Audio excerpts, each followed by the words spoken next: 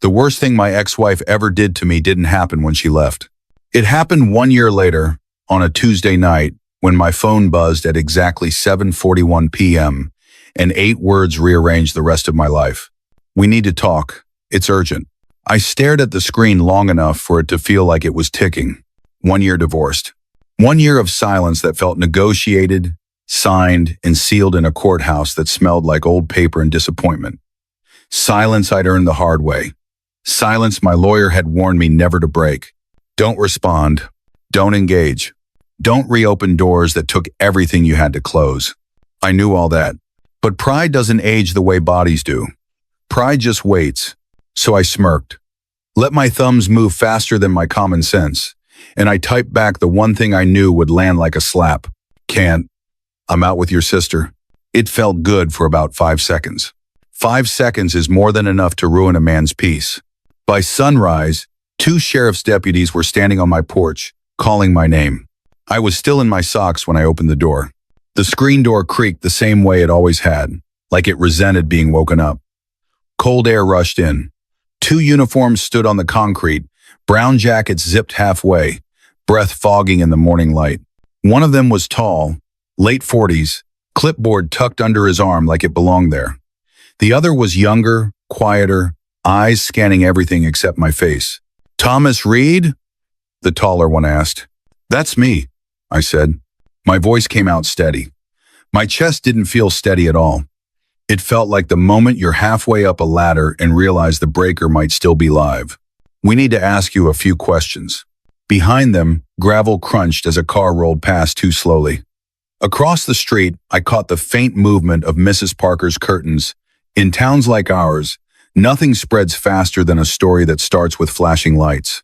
I stood there in an old Union t-shirt, coffee cooling on the counter behind me, and understood something without needing it explained. Something had shifted, and not in a way that heals. To understand how I ended up there, you have to rewind 12 hours. Tuesday night. Same routine I'd had for years. Kitchen table, receipts stacked neat, calculator tapping out numbers I already knew by heart. Old habits from my electrician days die slow. When you spend decades trusting your life to invisible current, you learn to double-check everything: figures, dates, people. The radio was low, one of those classic rock stations that plays the same songs every night. Familiar enough to fade into the background, comforting. When you're 57 and learning how to be alone again, that's when my phone buzzed. Elaine, my ex-wife of 28 years. We need to talk. It's urgent. Urgent was her favorite word when she wanted leverage. We'd been divorced exactly 1 year, finalized on a gray Wednesday morning at the county courthouse. She walked away with the newer SUV, half my pension, and that satisfied look people get when they think they've won something permanent. I stared at the message longer than I should have. I should have ignored it. I knew that. But the truth was, I was already reaching for my jacket. Rachel Monroe was waiting for me at the Cracker Barrel just off the interstate, the one with the squeaky front door and the gift shop full of things nobody actually needs. Rachel was Elaine's younger sister, 4 years younger, brown hair always pulled back, calm eyes, the kind of woman who listened before she spoke. This wasn't revenge. That matters. Rachel had reached out months after the divorce. Quietly. One simple message. You didn't deserve how that ended. Coffee turned into more coffee. Then dinner. 2 people comparing notes from the same storm, finally far enough from it to admit what they'd seen. When I walked in, the smell of fried chicken and burnt coffee hit me like it always did. Rachel was already in the booth, hands wrapped around her mug. You look tense, she said. Long day, I replied. She smiled, just a little. Elaine? I nodded. She texted me too, Rachel said. Said you were acting unstable. I snorted. Funny how urgent things get when control slips. We ordered meatloaf and iced tea. Silverware clinked. Conversations hummed around us, families, truckers, retirees killing time, normal life. The kind I'd been trying to rebuild piece by piece. Rachel laughed at something I said. A real laugh. For a moment, Elaine vanished completely. That was the last peaceful moment I'd have for a while. When I got home, my phone looked like a Christmas tree. Missed calls. Unknown numbers. A voicemail I didn't play. I shut the phone off and went to bed anyway. That was my second mistake. Wednesday morning, 6:16 a.m. The knock was firm, not angry, confident, the kind of knock that doesn't ask permission. I knew before I opened the door, it wasn't a neighbor. Two deputies, brown uniforms, one older, one younger. "We're here regarding a complaint filed last night." My stomach dropped. They didn't accuse me of anything outright. They didn't need to. Words like harassment and unwanted contact floated in the air like dust. "We just need your side of things." I answered calmly. About the text, about the divorce, about Rachel. After a few minutes, they thanked me and left. As they walked away, Mrs. Parker's curtain twitched again. That's when it hit me. This wasn't about closure. This wasn't about talking. This was about leverage. And somewhere between my smart-mouth text and that knock on the door, Elaine had decided to remind me she could still reach into my life and shake it hard. I didn't go back to sleep. I stood at the sink, staring at frost clinging to the edges of my driveway, listening to the refrigerator kick on and off like it was thinking too much about its job. By 8 o'clock, my phone was back on. 3 new messages from Elaine. I didn't open them. Instead, I called Jack Miller. Jack and I had worked side by side for nearly 20 years, pulling wire through factories and hospitals. He'd retired before me and somehow looked 10 years younger for it. "You sound like hell," he said. I told him everything. There was a pause, the kind where experience does the talking. "You got a lawyer?" he asked. "Had one for the divorce." "You need one now," he said, "and not some billboard clown." He gave me a name. Sarah Whitman. "She's sharp," Jack said. "Doesn't scare easy, doesn't let people bluff." That was enough. Because standing there in my quiet kitchen, I realized something that scared me more than the deputies ever could. Elaine wasn't done with me. She was just getting started. The first thing Elaine took from me wasn't my money. It was my reputation. I felt it before I saw it, before anyone said a word, before my phone started lighting up with polite concern and careful pauses. When you live long enough in a place like ours, you develop a sense for when the air changes. It shows up in half seconds, smiles that don't quite arrive, conversations that end when you walk into a room, people suddenly remembering they're late for something. Thursday morning, I pulled into the driveway of my first inspection, a small ranch house on the edge of town, and sat there longer than I should have, engine idling, hands resting on the steering wheel.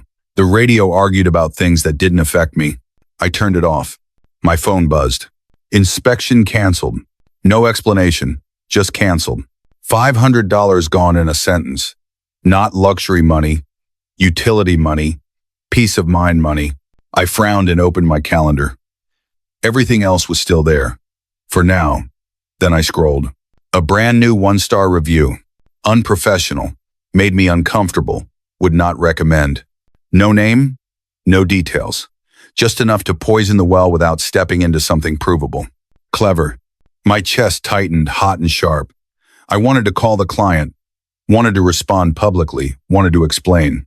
Instead, I sat there and stared at the screen, like it might confess something if I looked long enough. I called Sarah Whitman. "Don't touch it," she said immediately. "It's costing me work," I snapped. "I know," she replied, calm as a surgeon. "That's exactly why you don't react. This is bait." I hung up and sat there another minute. When I finally stepped out of the truck, I noticed the neighbor across the street washing his car. He looked up, recognized me, and looked away. That hurt more than the review. By lunchtime, I'd lost 2 more appointments. I ended up at a diner I'd been going to since my apprenticeship days. Same cracked vinyl stools, same burnt toast smell. The waitress, Carol, poured my coffee without asking, then hesitated. "You okay, Tom?" she asked. "Why?" I said. She shifted her weight. "Just folks talking." There it was. I forced a smile. "I'm fine." She nodded, but neither of us believed it. I stared into my coffee, watching the steam curl, thinking about how fast a reputation can unravel. I'd spent decades building mine, showing up early, fixing what I said I'd fix, shaking hands, and meaning it. Now it was slipping through my fingers because someone decided to whisper instead of talk. That afternoon, Rachel called. Her voice was tight. She's telling people you're harassing her? I laughed once, sharp and humorless. Funny considering she's the one blowing up my life. There was a pause. Then Rachel said something that made my stomach drop. Tom, how does she seem to know where you are? What do you mean? She mentioned the diner, the inspection on County Road 9. A flicker of doubt sparked in my chest. It wasn't fair. I knew that. But doubt doesn't care about fairness. Rachel, I said carefully, are you talking to her? Silence. Too long. I didn't mean, she started, then stopped. I swear, Tom, I'm not feeding her anything. She still has access to old family group chats. She asks questions like she's worried. I closed my eyes and exhaled. Shame burned my cheeks. I'm sorry, I said. I shouldn't have asked it like that. I get it, she replied quietly. She makes everyone doubt themselves. That sentence stuck with me long after we hung up. That night, Sarah called me herself. Not an assistant, not an email. I pulled your credit report, she said. There's an account on here you didn't open. My heart stuttered. What kind of account? A line of credit, she said. Recent. I didn't sign for anything. I know, she replied. That's why we need to talk tomorrow. I hung up and stood in my kitchen, the hum of the refrigerator suddenly too loud. I thought about all the times Elaine had slid paperwork across the table late at night. Just sign, honey, I'll handle it. I'd been tired. I'd trusted her. Now I wondered how many wires I'd let her live behind the walls. Sarah didn't ease me into it the next morning. She spread the papers across her desk like a mechanic laying out broken parts. This line of credit was opened 3 months ago, she said, tapping a page. It's tied to an LLC Elaine was involved with, and it's attached to your name. I stared at the numbers. They didn't feel real. Then I saw it. My signature. Or something close enough to make my stomach turn. That's not my handwriting, I said. I know, Sarah replied. But it's close enough to raise questions. Close enough to make lenders comfortable. Close enough to scare you. My hands started to shake. These were the same hands that used to strip insulation without nicking copper. The same hands that never trembled on a ladder. She used an old authorization, Sarah continued. Something from when you were married. It should have expired, but she leaned on it anyway. So what does that mean? It means she treated you like a backup generator, Sarah said. Something she could switch on when her main power failed. The words landed heavy. I drove home in silence. No radio, just the road and my thoughts. The garage smelled like dust and motor oil. I pulled down boxes, old tax folders, appliance manuals, binders Elaine had labeled in her neat, slanted handwriting. At the bottom of one box, I found it. A thin folder with her brokerage letterhead. Inside were copies of deeds, loan statements, and a faded authorization form. I barely remembered signing years ago after a 16-hour shift. Just in case, she'd said back then. I sat on the cold concrete floor and laughed softly. The sound felt hollow. That night, Rachel came over.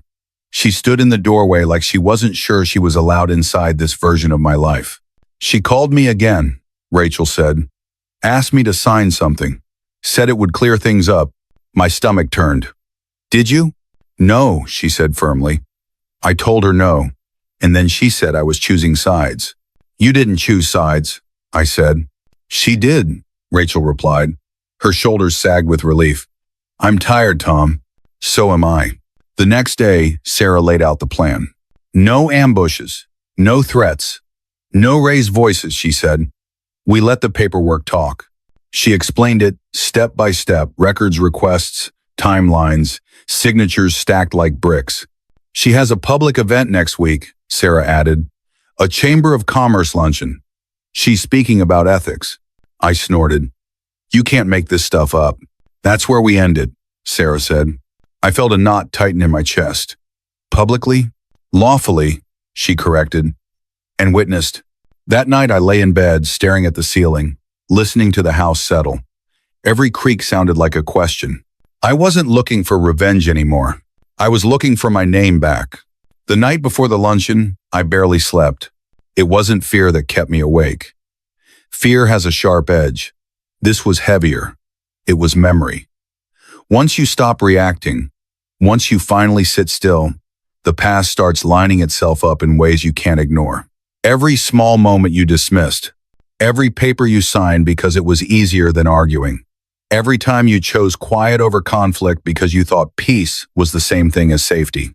At 2 in the morning, I got out of bed and walked through the house, not pacing, just moving.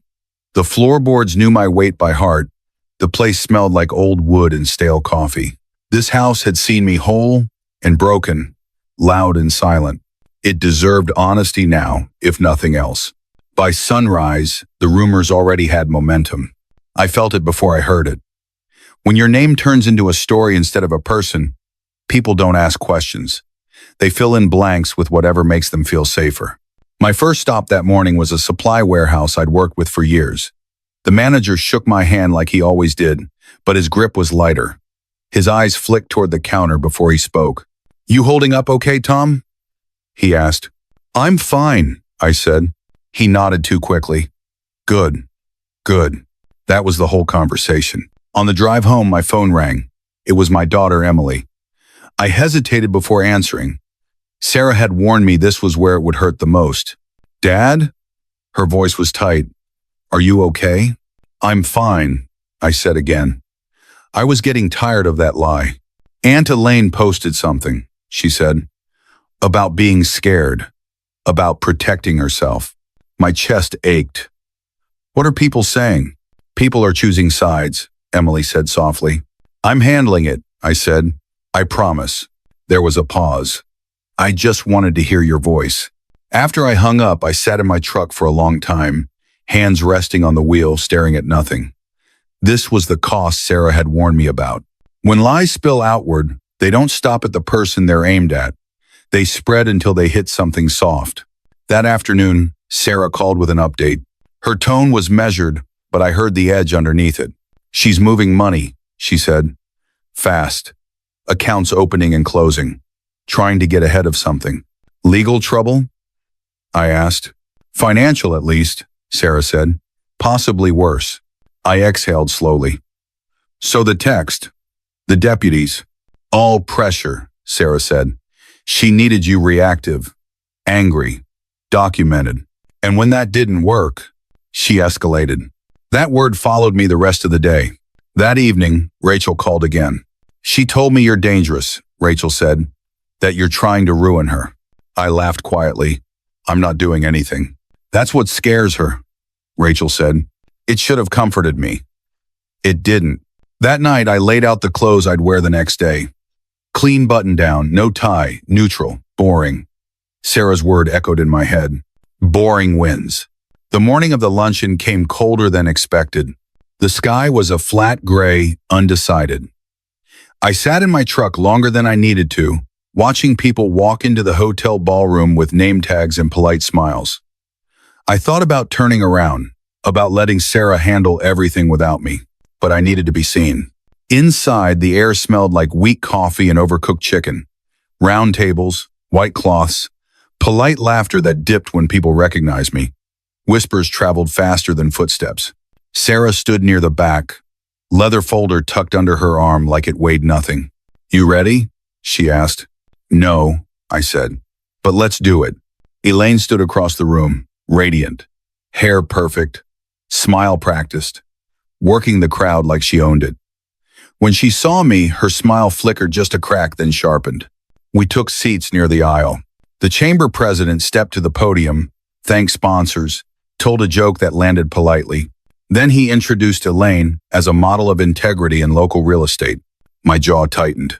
Elaine began speaking about transparency, about ethics, about doing things the right way. Every word felt like grit between my teeth. Sarah leaned toward me. "Wait," she whispered.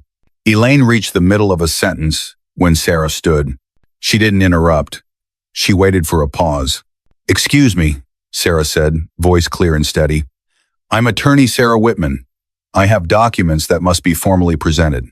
The room froze. Elaine's face drained of color. "What is this?" she snapped. Sarah walked forward and placed the folder on the podium. One page, then another. Dates, signatures, timelines. These documents show that Mr. Thomas Reed's name was used without informed consent to secure financing tied to an LLC associated with Miss Elaine Reed. Murmurs rippled through the room. "This is harassment," Elaine snapped. "He's obsessed." That's when Rachel stood. Her voice shook, but she didn't sit back down.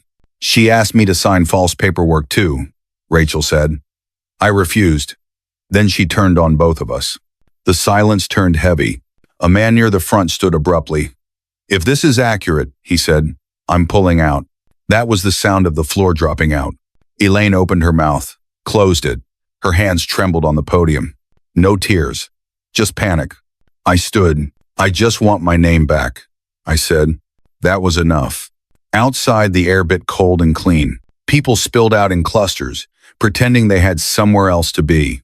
Nobody wanted to be caught close to a fire once they realized it was hot. Sarah walked beside me. Rachel followed a few steps behind. "Thomas," Elaine's voice cut through the air. I didn't turn right away. Then I did. She was flushed, furious, stripped of polish. The version I remembered from the worst nights of our marriage. "You destroyed me," she hissed. Sarah stepped forward. "Any further communication goes through my office." Elaine ignored her. "You always needed to be the victim." My heart was racing, but it wasn't panic anymore. It was steadier, like power coming back on after a storm. "You did this to yourself," I said quietly. She glared at Rachel. "And you never did things for me," Rachel said softly. "You did them so you could hold them over me." Elaine faltered, then hardened. "This isn't over." Sarah raised her phone. "Threats are noted." Elaine said nothing more. She turned and walked away. I stood there, breath fogging the air, hands cold but steady. For the first time in a long while, I wasn't bracing for impact. I was standing upright. The days after the luncheon didn't explode the way people imagine moments like that should. There were no sirens, no dramatic arrests, no instant justice wrapped in flashing lights and shouting voices. What followed was quieter and in some ways harder. Consequences don't always arrive loud. Sometimes they seep in through paperwork, phone calls, and long stretches of silence. Sarah warned me about that. "This part will feel anticlimactic," she said the morning after. "But this is where things actually change."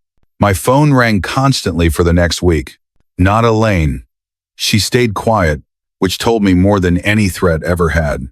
The calls came from lenders, former partners, clients who suddenly needed clarification. I answered calmly. Repeated the same facts, sent the same documents, no emotion, no commentary, just truth, stacked neatly like receipts on my old kitchen table. Some conversations were easy. "Thanks for clearing that up," they'd say.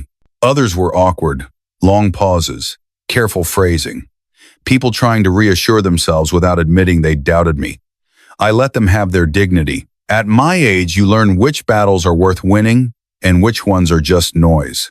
A few clients never came back. That hurt. It always will. But others did.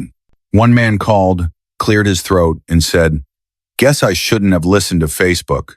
He booked 2 inspections on the spot. That night, I sat alone at my kitchen table and felt my shoulders drop for the first time in weeks. Not relief exactly, more like gravity loosening its grip. Emily called a few days later. Her voice sounded lighter. "People are changing their tune," she said. "Aunt Elaine's been quiet." "Good," I replied. "I'm proud of you," she said. "You didn't lose your temper." I swallowed hard. I came close. "But you didn't," she said. After we hung up, I sat there longer than I needed to, letting those words settle. You don't realize how much you need your child's respect until you almost lose it. Rachel and I kept things simple. No big declarations, no labels, just coffee, dinners, quiet company. One rainy evening, we sat in the same diner where I'd eaten lunch during the worst of the rumors. Rain tapped the windows in steady rhythm. The smell of bacon and fresh coffee filled the air.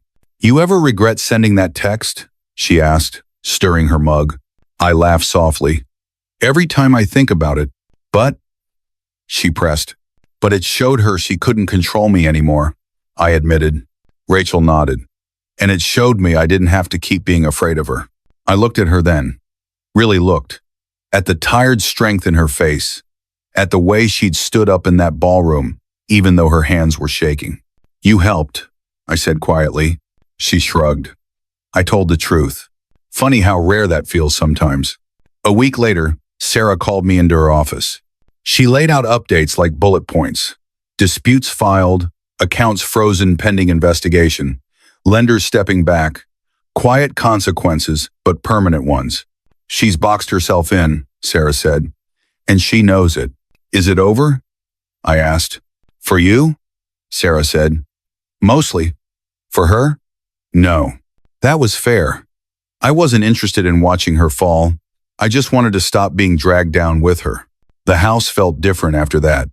Quieter, but not empty. I started fixing small things again, the loose cabinet hinge, the flickering light in the hallway, things I'd ignored while surviving. It felt good to restore instead of defend. One afternoon, I found myself in the garage, staring at the boxes I'd torn apart weeks earlier, the folders with Elaine's handwriting, the documents I'd trusted without reading closely. I didn't throw them away. I filed them properly, labeled them, documented them. Knowledge isn't poison when it's handled right. The whispers around town didn't vanish overnight. They faded. Which is better? Loud rumors attract attention. Quiet ones starve. At the diner, Carol poured my coffee without hesitation again. "Good to see you," she said, like nothing had ever happened. I smiled. Good to be seen. That night, lying in bed, I thought about something Sarah had said early on. Boring wins. At the time, it felt like surrender. Now I understood it was discipline. Elaine tried once more. A single email, sent late at night. "We should resolve this privately." Sarah responded before I even saw it. Short, firm, legal. There was no reply. Weeks passed. Then a month. Life resumed its quieter shape. Inspections booked. Calls returned. Trust rebuilt the same way it always is, slowly, with consistency. One afternoon, Rachel and I took a drive just outside town. No destination, windows down, silence comfortable. "You're different," she said. "How?" I asked.